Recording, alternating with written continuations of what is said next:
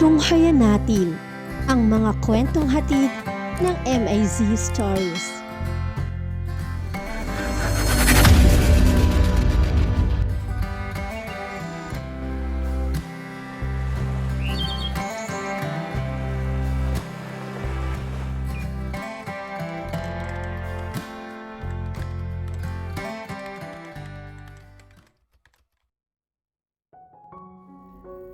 Chapter 15.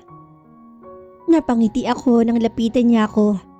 Sabay yakap ng mahigpit. Nakakatayo na siya at alam kong ayos na pakiramdam niya.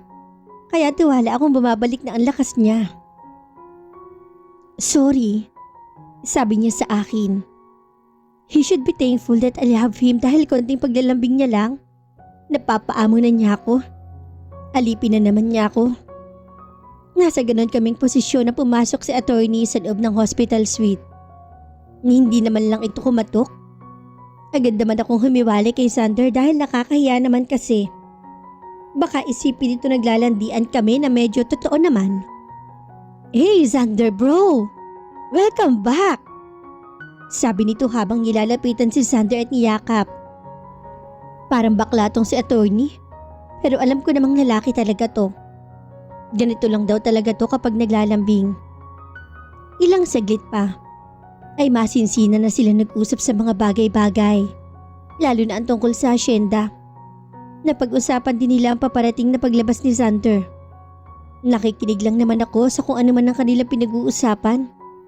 I did not mingle with them because they wasn't my business. Attorney Montreal settled everything.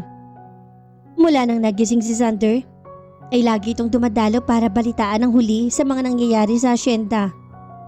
Maging ang paparating na paglabas ni Sander sa hospital ay punong abala to. Nagpapasalamat naman ako dahil alam kong tunay ang pinakikita nitong pag-aalala para kay Sander. Dahan-dahan, bakit ba kasi tayo nandito? Tanong ko sa kanya. Bukas na ang labas niya pero ngayon lang niya naisipang mag-tour sa hospital. Nasa rooftop kami ngayon ng hospital at sabay na tinatanaw ang kalangitan. Gabi na kaya napakaliwanag ng mga bituin. Binibigyang buhay nito ang kadiliman na hatid ng gabi. I just want you to see how beautiful the stars are. Katulad mo, you're so beautiful, Esperanza. Napangiti ako sa kanyang sinabi. Hanggang ngayon hindi pa rin talaga siya tumitigil na pakiligin ako. Hanggang ngayon siya pa rin ang dahilan kung bakit napakalakas ang tibok ng puso ko. Every time he's near, my world isn't the same anymore. At the same time, he's the only one who can calm it down. Close your eyes, he whispered. He wrapped his arms around my waist, owning me possessively. Para naman magpapaagaw pa ako sa iba because once I commit, I commit. There is no reason for me to get tempted because true love cannot be seduced. Nakatayo kami pareho sa gitna ng rooftop habang niyayakap niya ako sa aking likuran. Nang maramdaman kong kumalas siya sa pagkakayakap sa akin, ay didilit na sana ako. Ngunit pinigilan niya ako. No, close your eyes. Sabi niya sa akin kaya wala akong nagawa kundi pumikit na lang ulit. I know you've already done this before, Esperanza. But I want to do it again, baby. My heart filled with so much anticipation. I already have an idea of what will happen. But I don't want to spoil the moment.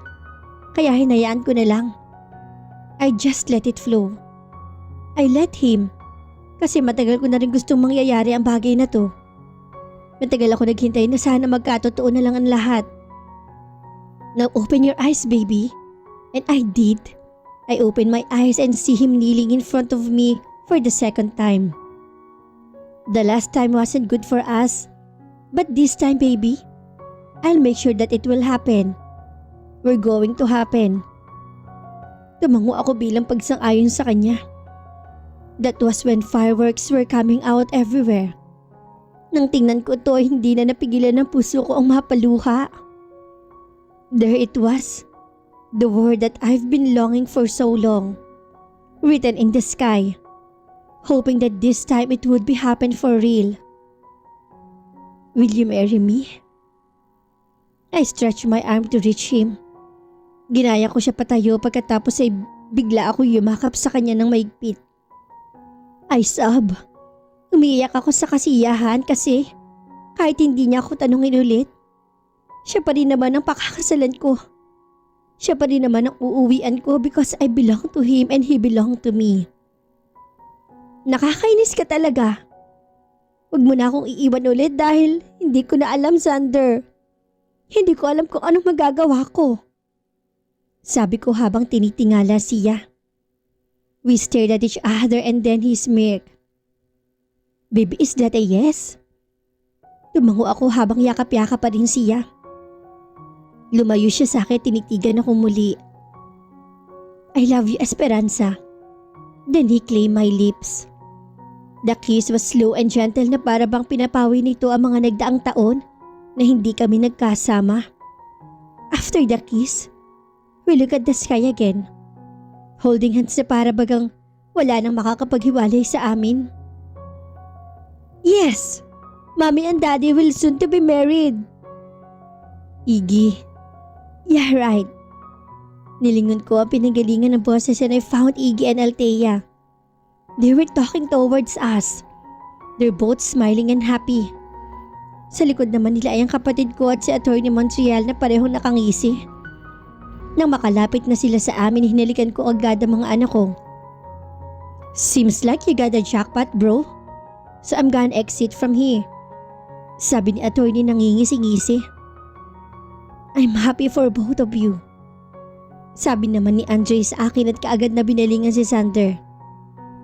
Take care of my sister, soon to be brother-in-law. Sabi naman nito kay Xander, tinapik pa sa balikat ang huli. Sabay na naglakad ang dalawa papalayo sa amin. Alam ko nagkakairingan na naman sila. Dahil ang totoo, hindi naman talaga sila magkasundo. Thanks for the help. Anyway. Sure. Sabay na sabi nito, tuluyan ang nawala sa aming paningin.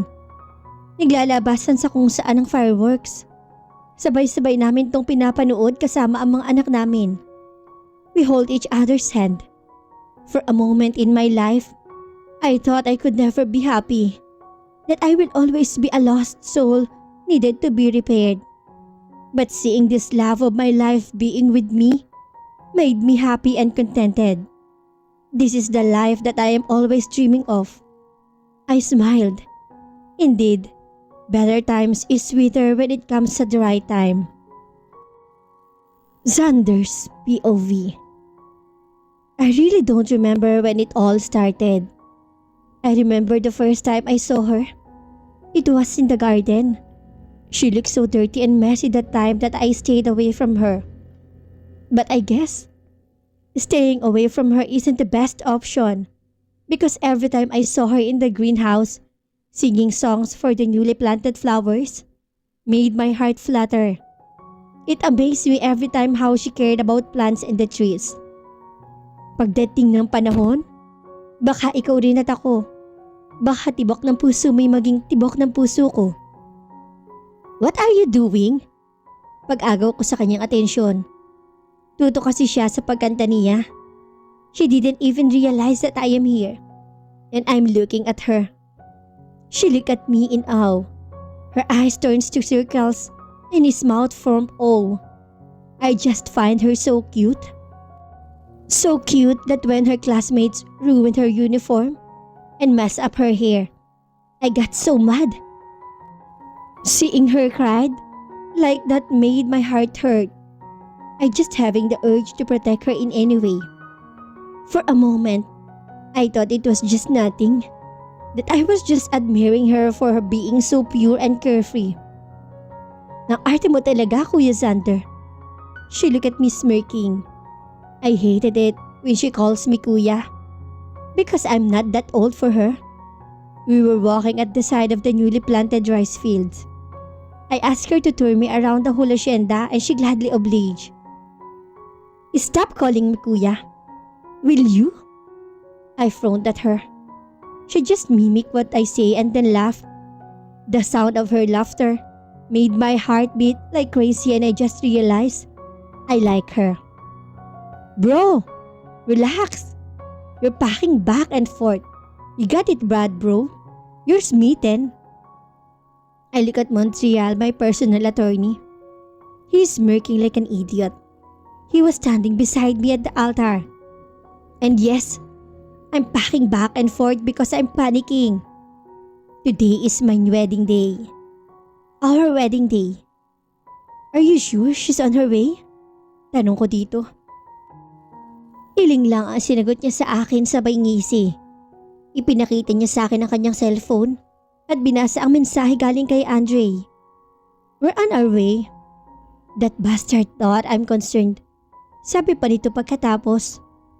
I smirk. Hindi pa rin pala sila tapos sa bangayan nilang dalawa ni Andre. Wala naman akong pakialam sa away ng dalawa. What's important to me is Esperanza. I'm a bit relieved that they're on their way. She's coming and she'll going to marry me. I just can't wait to see Esperanza and hear her. I do for me. Because the first and last time I heard it from her, it broke my heart. Are you crazy, Xander? You're going back to the Philippines? For what? Esperanza is going to marry your stepdad. Wake up, Xander. She doesn't leave you.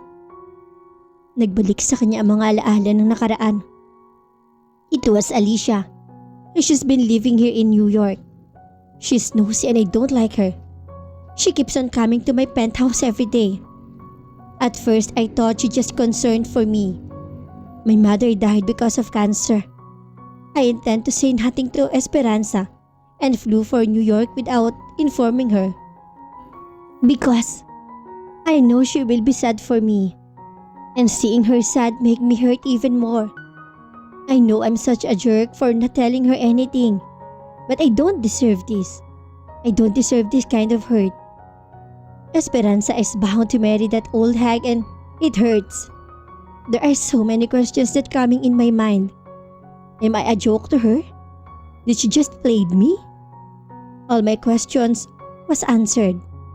When the day of her wedding came, I was there watching her.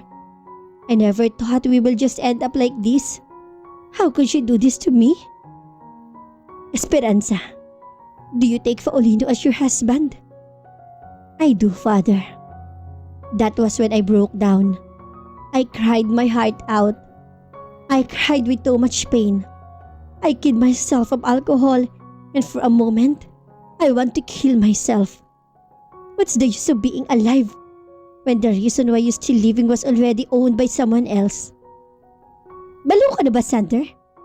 You're killing yourself for that? Fix yourself and avenge her. Use me, Xander. It was Alicia and she's shouting at me like crazy. When I look at her, she seemed like crying. I pleaded for her, stooping this low. I know she likes me, but I never thought she will come up to this. But her words, it branded my being avenged. She's right. Esperanza will pay for what she did to me.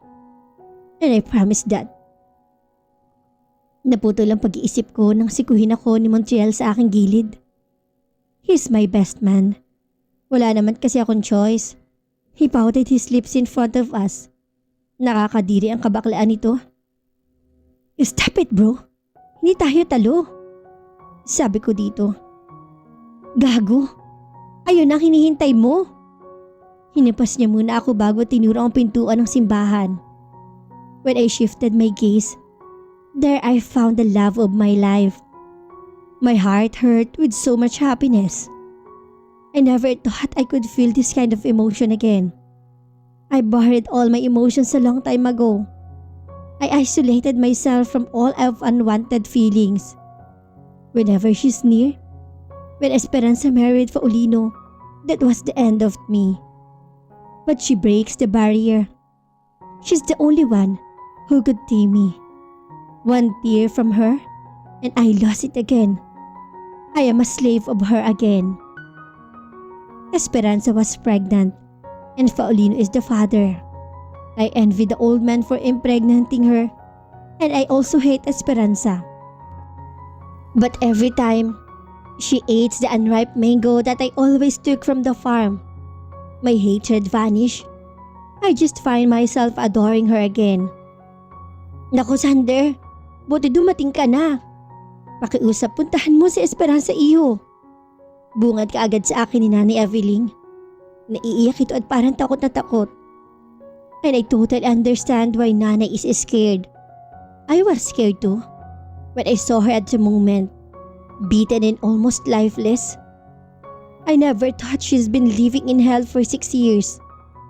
I want to kill Paulino for doing that to her, for depriving us to be with our kids, for killing our little angel and for abusing Esperanza. She told me everything that it broke my heart, seeing her lonely and sad every day. She's broken and I partly blame myself to it. Everything's changed, Xander.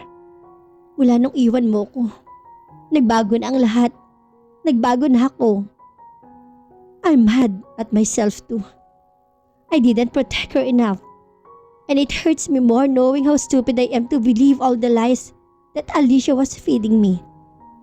The moment I've seen her smiling again, I reminded myself that I will do anything to protect her, even if that it means losing my own life.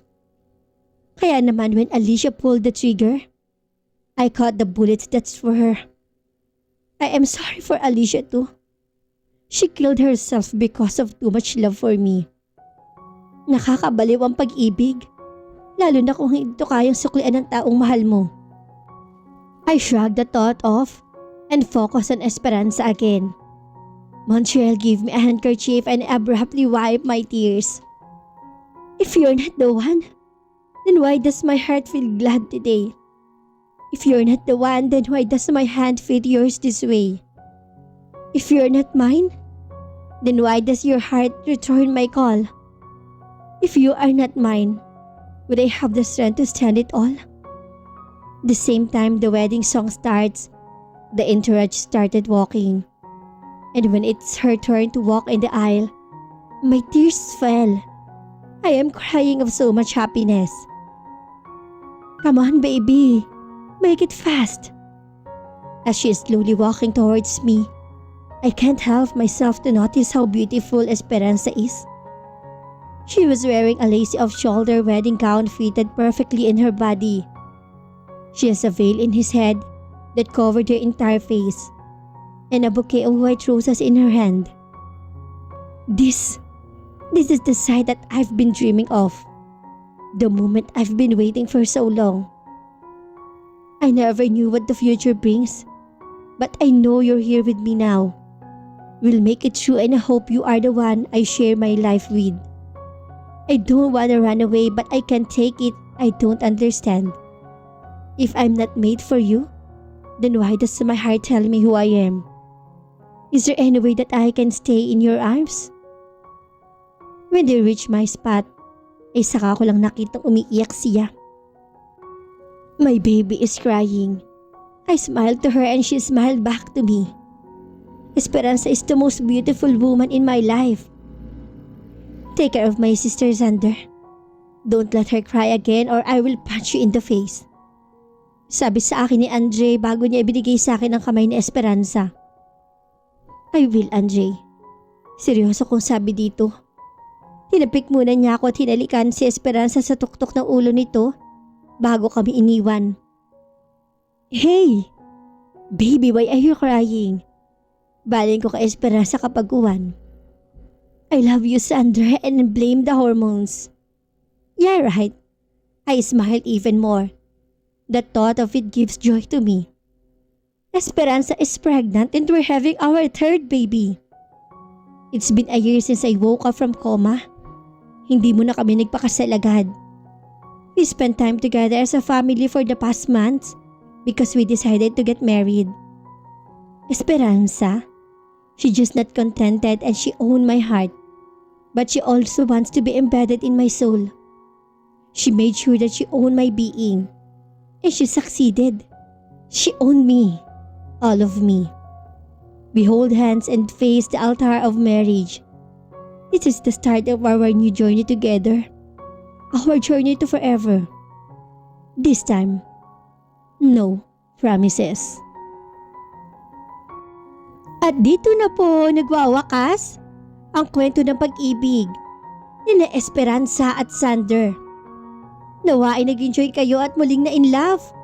Samahan po ninyo akong muli sa mga susunod pang nakaka-inspire at nakakakilig na mga kwento ng pag-ibig na aking ibabahagi. Pero bago tayo magtapos, huwag niyo pong kalimutang pindutin ang subscribe button.